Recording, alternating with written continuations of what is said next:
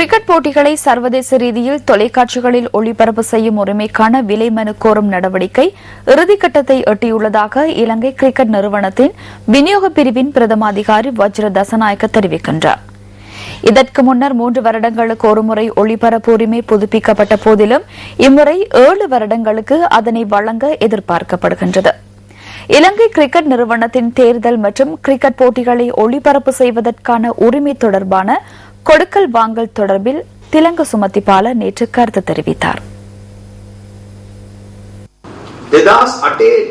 மீளாய்வு குழுவின் தலைவரான எஸ் லியனகம 2008ஆம் ஆண்டு ஜூன் மாதம் 30ஆம் தேதி என்ன தெரிவித்தார். இதனால் தமக்கு பாரிய பாதிப்புகள் ஏற்பட்டதாகவும் அதற்கு ஜயந்த தர்மதாச உள்ளிட்ட குழுவினர் பொறுப்பு கூற வேண்டுமெனவும் அமைச்சர் காமினி லொக்குகேவுக்கு எழுதியிருந்தார். ஆனாலும் இந்த ஒளிபரப்பு உரிமம் தொடர்பான பிரச்சினை காரணமாக அமைச்சர் காமினி லொக்குகேயினால் நியமிக்கப்பட்ட குழு அவர்களுக்கு எதிராக சட்ட நடவடிக்கை எடுக்க வேண்டும். தண்டனை சட்டக்கோவைக்கு அமைய நடவடிக்கை எடுக்கப்பட வேண்டும். தற்போது எவ்வாறு நடவடிக்கை எடுப்பது? கிரிக்கெட் நிறுவனத்தில் தற்போது யார் எஞ்சியுள்ளனர்? கிரிக்கெட் நிறுவனத்தில் இறுதியில் இருந்தவர்கள் யார்? இடைக்கால தெரிவுக்குழுவினால் உப்பாலி தர்மதாச பதவிக்கு வந்திருந்தார். சகோதரனுக்கு எதிராக வழக்கு தாக்கல் செய்யப்படும். அடுத்தது யார் உள்ளனர்? அவருக்கு பின்னர் ஜயந்த தர்மதாசு. தனக்கு எதிராக ஒருபோதும் அவரால் வழக்கு தாக்கல் செய்ய முடியாது. தொலைக்காட்சி கொடுக்கல் வாங்கல் தொடர்பான சர்ச்சைக்குரிய அறிக்கையை தயாரித்தவர்கள் தொடர்ந்தும் விழிப்புடன் உள்ளனர். அவர்கள் உள்நாட்டு அரசியல் மற்றும் கிரிக்கெட் நிர்வாகத்திற்கு கட்டுப்பட்டவர்கள் அல்லர்.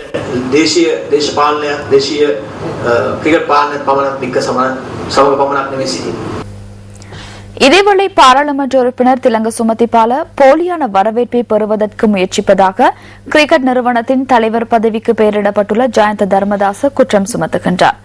திலங்க சுமதிபால நேற்றைய ஊடகவியலாளர் சந்திப்பில் தெரிவித்த கருத்துக்களுக்கு பதிலளிக்கும் வகையிலேயே அவர் இவ்வாறு தெரிவித்தார். நேற்று நடைபெற்ற ஊடகவியலாளர் சந்திப்பின் போது திலங்க சுமதிபால தெரிவித்த கருத்துக்கள் குறித்து தாம் அறிந்திருக்கவில்லை என ஜயந்த தர்மதாச ஸ்போர்ட்ஸ் ஃபர்ஸ்ட் வினவிய போது தெரிவித்தார். திலங்க சுமதிபால அதிக கவனம் செலுத்தப்படக்கூடிய ஒருவர் அல்ல என ஜயந்த தர்மதாச தெரிவிக்கிறார்.